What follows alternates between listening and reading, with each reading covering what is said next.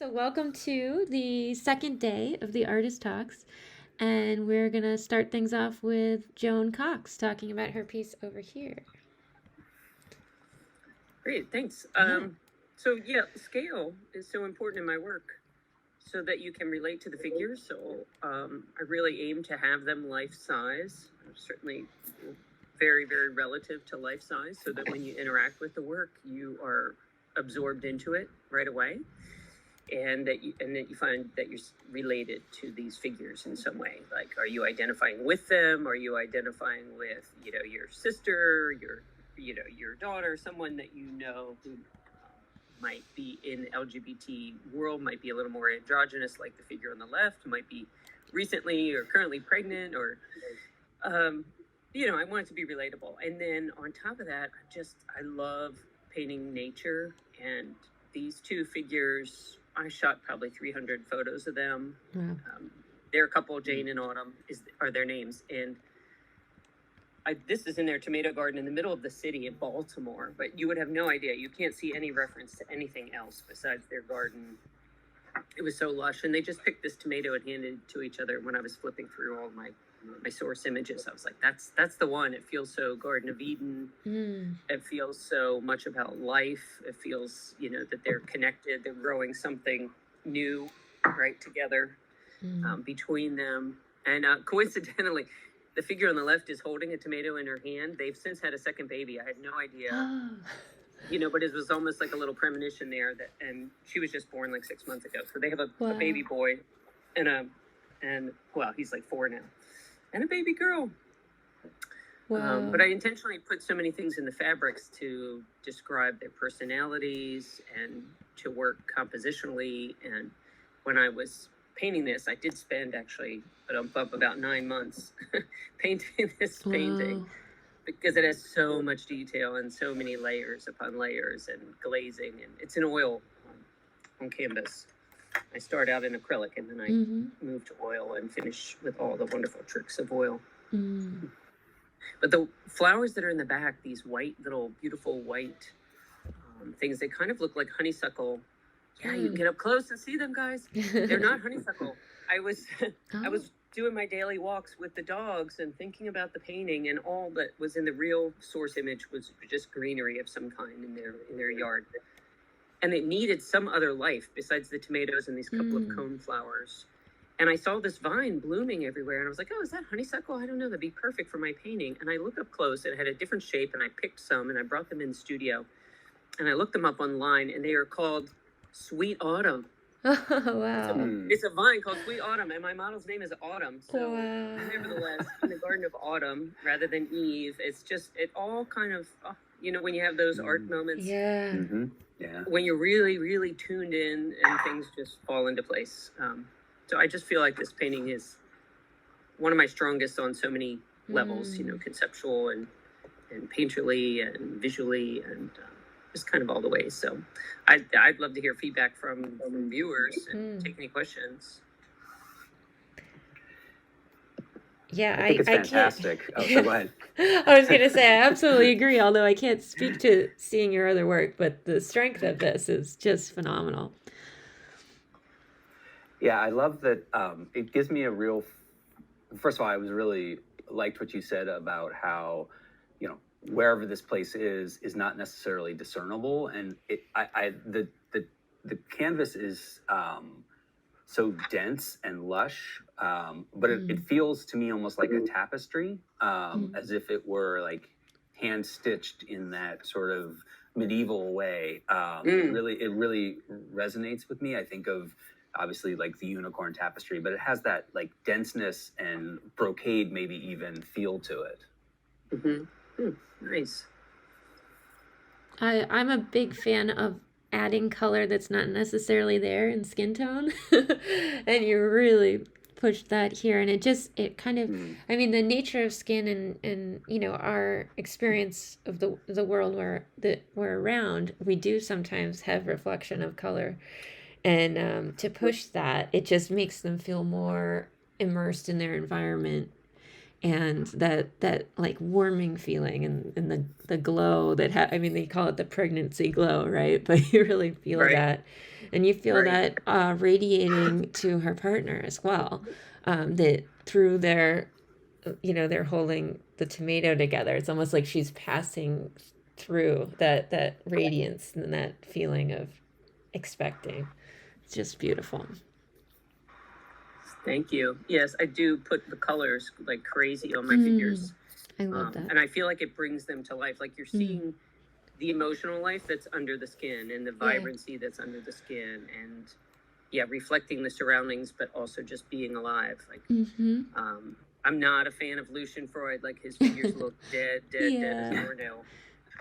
Right. Quite the opposite. And I just want them to feel like they're jumping off the canvas. Yeah. My favorite element, I think, is the person on the left is wearing like a hat.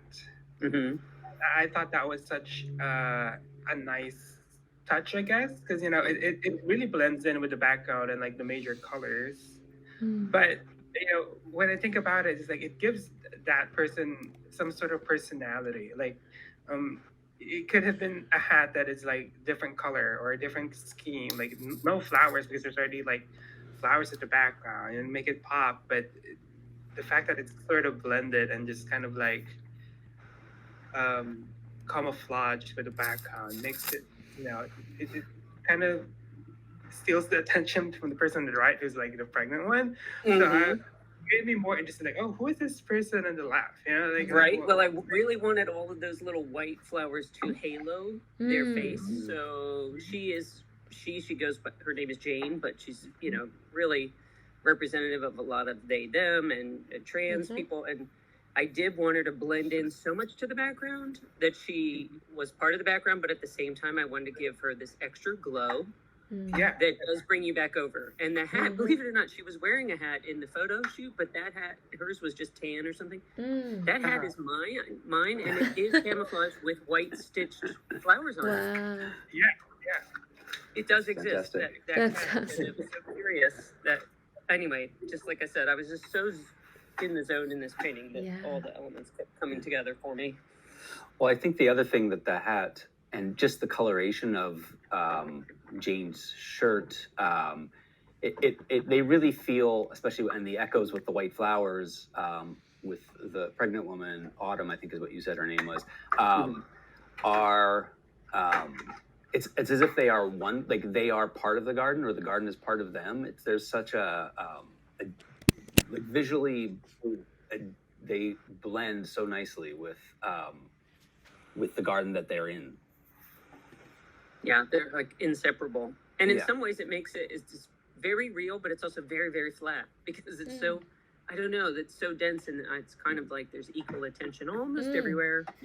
There's some depth, but it also, I don't know, it feels deep and flat at the same time, if that makes any sense. It definitely does. And their outfits too. I mean, I'm a big fan of fabrics too, and I paint fabrics too, so I know that had to be a difficult area for you, both the plaid and the tiny flowers, and so I have a lot of respect for that. But I love, the continuity there of bringing the lines and bringing the flowers. Like, were they actually wearing those outfits, or did you change it for the piece? No, she had a plaid shirt on, but it was like red and blue. So I changed that. Yeah. And the other figure was like a gray dress that was unbuttoned like that, or it's like a long top or something. Okay. And so I started to put the white flowers on, and then I remembered my wife had a top like that when we met like 20 years ago. That was transparent black with white embroidered flowers on it. And it just, like, as I started to mark them on there, I was like, oh my gosh, this feels really familiar. This is definitely the pattern to go with. That's really special. So I make edits. So my photos are really strong sources, but they're not. I don't want to replicate photos. Otherwise, I'll just print the photo and put it on the wall. Right. I want to add those other elements of narrative and personality and story that makes a painting much more than just an image. Absolutely. Thank you, Joan. Did anyone else have any questions or comments? All right. I will stop Right. the Well, I'd love for recording. you to all check out my other work. Mostly follow me on Instagram. It's the easiest way to find me, and what I'm working on in the studio right now. Awesome. And I think on a Plum Gallery, I have you tagged on the latest post. I'm calling in from Milwaukee, Wisconsin, where I currently work. But I am from Honolulu, Hawaii, and self-taught artist, and art is kind of like on my side thing, just it's more personal than professional for me. So last year I finished law school, and being in law school kind of like took out a lot of time doing art. And when I finished law school, I told myself I'm going to explore a lot of art projects that I wanted to do, drawing from different inspirations. And I was gonna do. I'm gonna try to exhibit in at least one gallery for every state for the next year. Wow. Wow. So, yeah, it's crazy, but like law school was just so hard. It's like I didn't do art, so now's the time. So right now I'm at number 40 with Vermont. Wow. New Hampshire is 33, I think. Yeah, lucky 33. But this piece basically, well, I guess objective first. I was really drawn with the how sand looks like underwater when there's like good waves. So naturally, like back home, I surf a lot, and I'm like a midday surfer. And when you get wiped out, or when you're not a good surfer like me, you're always like wiped out and like under the water. And whenever I down there, like I see the sand, and there's just this layered texture to it. The texture of the sand and the light that goes through, and basically the texture of the water is kind of overlaid with that. So I was kind of like drawn into like, oh, maybe I can explore that kind of effect with limited brush strokes, and that is basically the style that I was looking for in terms of this. But my journey of exhibiting in every state isn't really just from personal experiences, but also kind of like a bigger purpose of decolonization.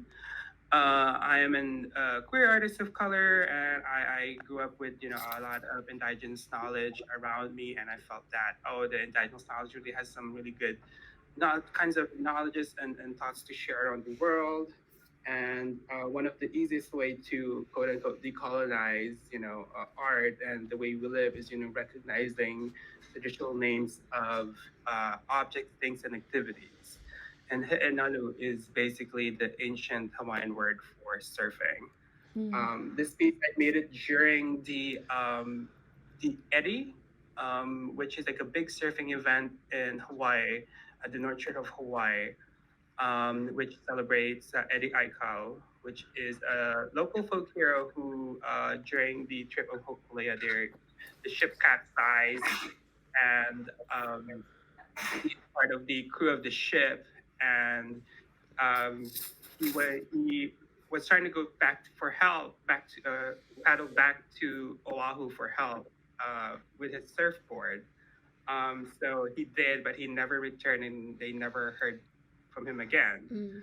So they did this tradition in his honor.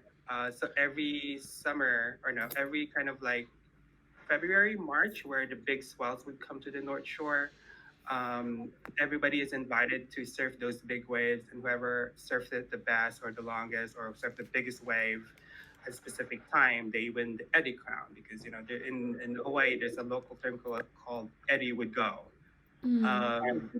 But in the last few years, that event has significantly been taken away from the locals. It has been profited by a lot of like surfing companies and like the big companies, like clothing companies, and that really severely damaged the image of that tradition. So to honor kind of that tradition that is slowly dying, I wanted to bring it back to its indigenous kind of like perspective and view by removing all the people from that shore where they do Eddie, and also just bringing He'enalu back into the language, because there's a new Lilo and Stitch movie coming out, Oh, and there's like an uproar. Oh, I have yay. and I have a lot of friends here who's like, oh, I know this song, like blah blah blah, He'enalu, yeah. And then I asked them, like, do you even know what He'enalu means? It's like, oh no, it's like He'enalu means this. mm, So basically, this piece is to hope to bring that the colonial perspective while adhering to the theme of landscape, which is I found really cool. Figures in the landscape was it's very simple, but when you think about it, it's kind of like, oh, how do I what is the best figure in the landscape piece that you would want to be remembered by from an artist perspective. And I kind of like, no, I'm gonna go back home and look at what areas in my home island makes me more complete and makes me more connected. So yeah. that's beautiful. Thank you for sharing this story. I like adds so much, and I really I liked the theme figures in the landscape too, for that reason, that it can be widely interpreted and it's only asking for two things, but in many cases, usually one or the other takes precedence, or it is more dominating. But I feel like in yours that there's kind of there's an equal to the importance of the figures and the importance of the landscape. And now that you're explaining your story, I mean, it takes on a whole nother life too. And you can feel, speaking of life, you can feel the life in the landscape and the life in the surfers. Just beautiful. I love the color quality and the mark making. It's just phenomenal. Thank you. Did anyone have questions? Really, really beautiful. I love the whole entire color palette. Mm.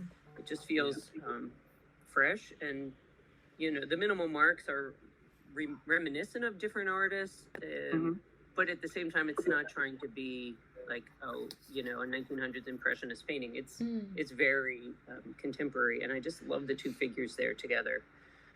But I focus on two figures together always in my work, so I just story that's actually based on one person, the person who taught me how to surf. But I kind of was like, they look too alike. So I was like, let me just put his hand over his face. That's perfect. Looking out, Wow, Yeah, I can really zoom in and see the brushstroke. So your statement says a lot about collage, but is there collage underneath here, or is it just painting on this one? It's just painting. Yeah. I agree about the color and the coloration, especially at the bottom half, and the way you've captured sort of the two levels of the water, like the surface, but also kind of what's beneath, is really beautifully done. And to me, I don't know if this is an inspiration or something you've had a lot of influence with, but or connection to, but it feels, I don't know if it's the composition or the color or the unique perspective here, but it reminds me of many Japanese woodblock prints. And so I'm just struck by that, and I just think it's really beautiful, that pink and green and white and blue that you've captured in that bottom half in particular. You got it on point. I actually, if I can like show myself, I'm in my living room right now and I have like 5 books of hokusai. Wow. I hope you away. Wow. So a lot of like, so as I mentioned, a lot of my work sometimes, I go back from my personal past, personal stories, personal narratives, and I'm actually like have some Japanese side and roots into my I guess genealogy. So yeah, it's super cool. Thank you. That this really made my year. Yeah. I borrow from color palette of those woodblock paintings. So so it looks kind of vintagey, as some people would think. Right. But I kind of really like the weathered look of you can tell that at one point these were really vibrant, but as time goes on, they lose their chroma and they just fade a little bit, and that nice patina or like the yellow tint.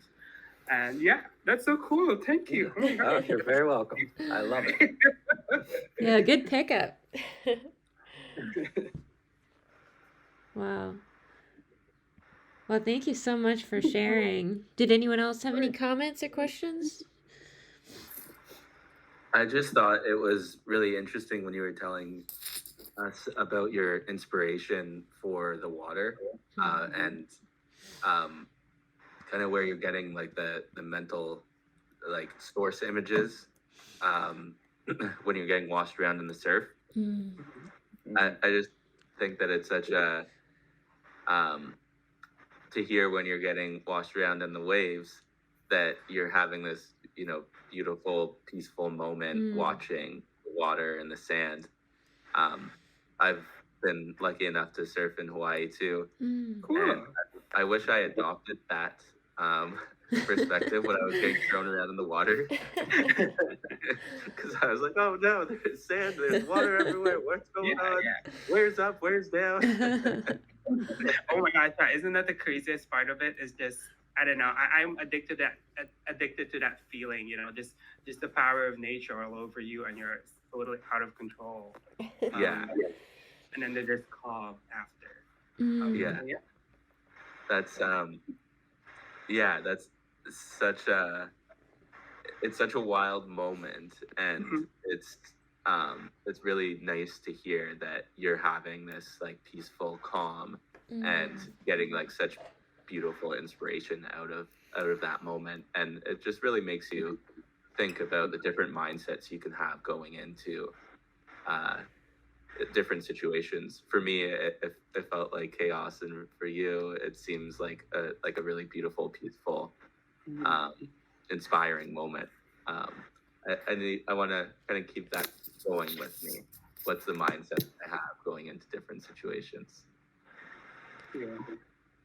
Yeah, really good point. I've never surfed, but I can imagine that I would be more in the Brendan category of feeling overwhelmed. I'm still not good at it. Like, I'm still like, I can't dismount gracefully. I always have to flop. But you know, it's the meditative side of surfing that I felt really connected to. So yeah. That's beautiful. Yeah, it absolutely is. And I agree, it's a nice thing to take into any facet of life. Well, thank you so much for sharing that. Thanks, man. And is there? I think I have you tagged right on Instagram. Yep. Yeah. So again, if It was tough to find you, though, I have to say. I was just searching all over for you this whole 5 minutes. Oh, okay. Yeah. What's your handle? Your tag is like OH something. Avon, OFVON. Okay. Yes. Well, thank you so much. I'm gonna let's see. We've got Rod's work over here, and his piece is in the gallery as well. It is actually very small, so I enlarged it for VR so that we can all huddle around this and see the detail. And you do go by R. Thomas, right? I do go by R. Thomas, Yeah. but Rod Boyer is my name, and this piece it's a nice contrast, I think, to the first piece we saw, because this is a very small and intimate piece. I think the original is about 5 inches wide by about 2.5, 2 3/4 high, and so it's a very small collage, and it's really just 2 elements. It's called Take the Plunge, which is, you know, didn't have to think too hard about that title, but it's really just 2 elements, and it starts with this background, which is a vintage postcard. You can see, I think it's probably been hand colored, and it is the Detroit skyline along the river, I believe, that runs across Detroit there. And it is, what I love about it is that it shows its signs of wear. And I think, you know, as a collage artist, right, I'm often making choices about putting elements together, and I love the sort of chance nature of the way in which time has put elements on this collage that are separate from from me and what I've done as an artist.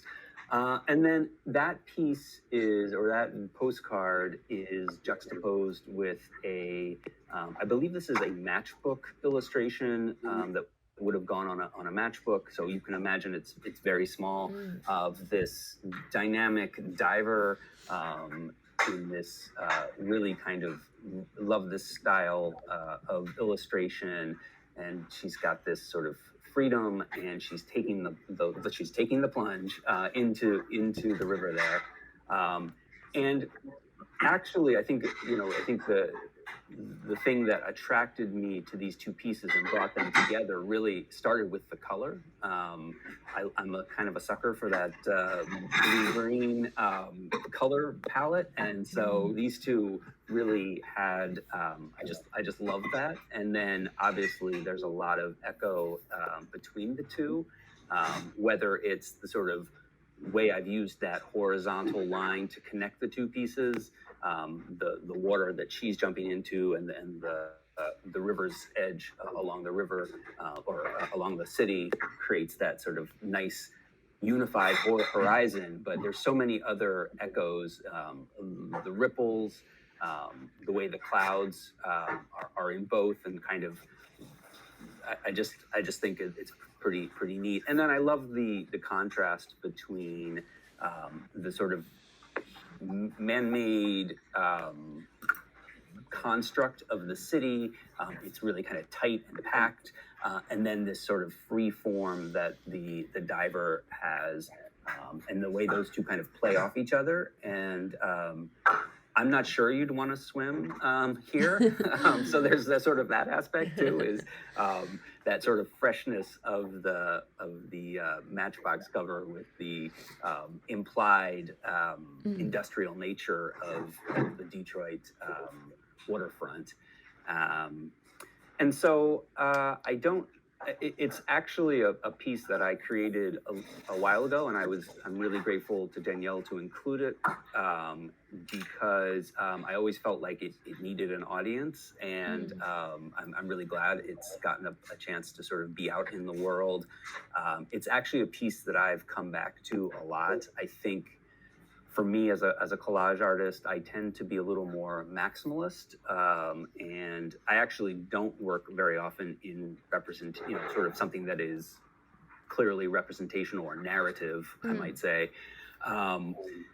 And so I come back to this piece a fair amount to sort of check, like, what is collage, and kind of what constitutes a collage, and how many elements do you have to have a collage. And I think when I think about sort of the way I started doing collage, this was actually a risk to create this piece because it was only 2 elements, and it felt, I guess I would say it almost felt too easy. But the more I return to it, the more I feel like it is just a fun piece that means a lot to me.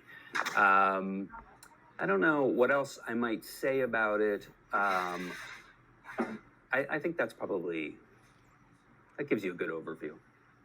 If people have questions or comments, yeah. It definitely does. I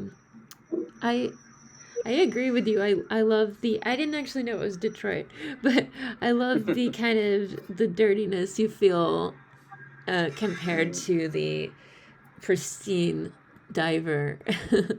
And yeah, it really gives that nice contrast, even though the color scheme is so matched up, and that just was, just so happened. And it's pretty amazing to find that a likeness, but also to find that contrast. Yeah.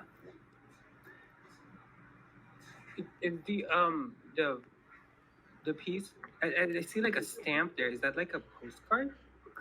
Yeah, so it's actually a postcard, and I think what happened. So there is definitely, if you look above sort of the main skyline part on the left of it, there is definitely signs of the stamping that they would use in a post office.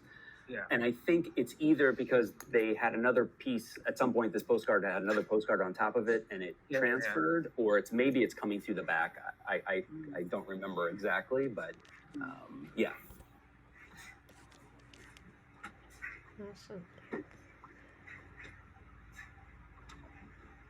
And where do you usually source your materials?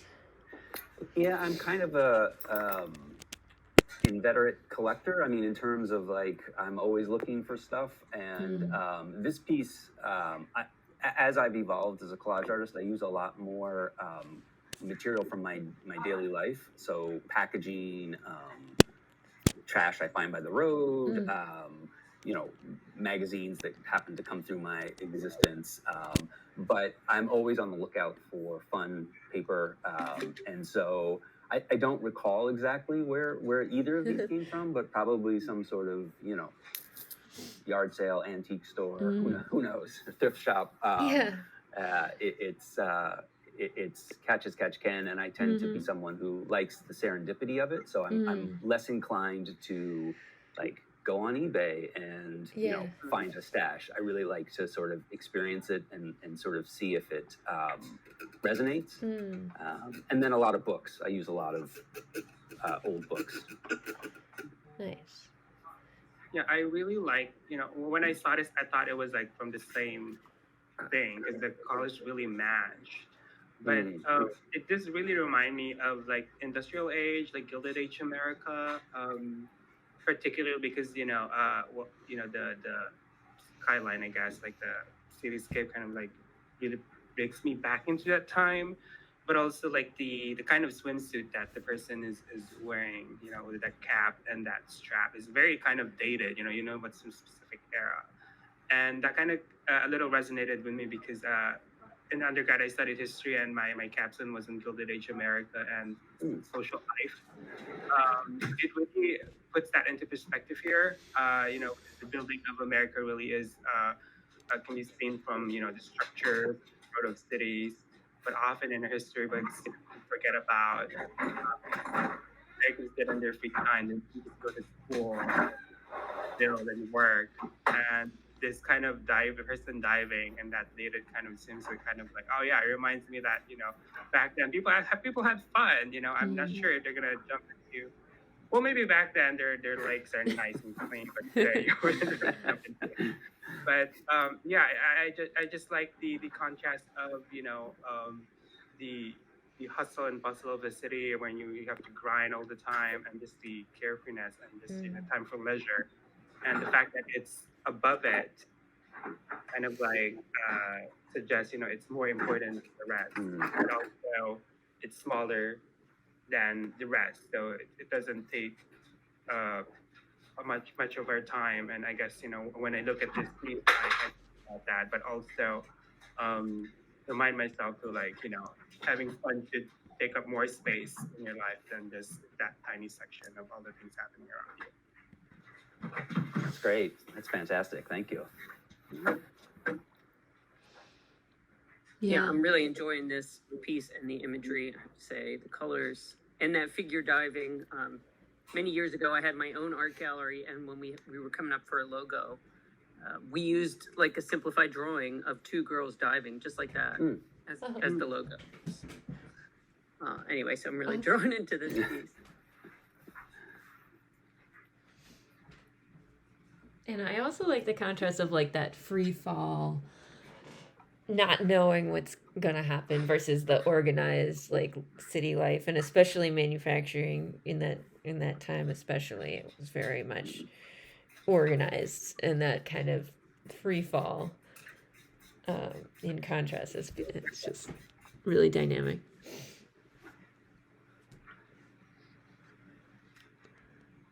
Awesome. Yeah, that makes sense to me, and I think that there's and also sort of that embodied like awareness that comes with that figure, and sort of the inhumane nature of the and I think this is what Vam was talking about, that sort of inhumane nature of the city as well.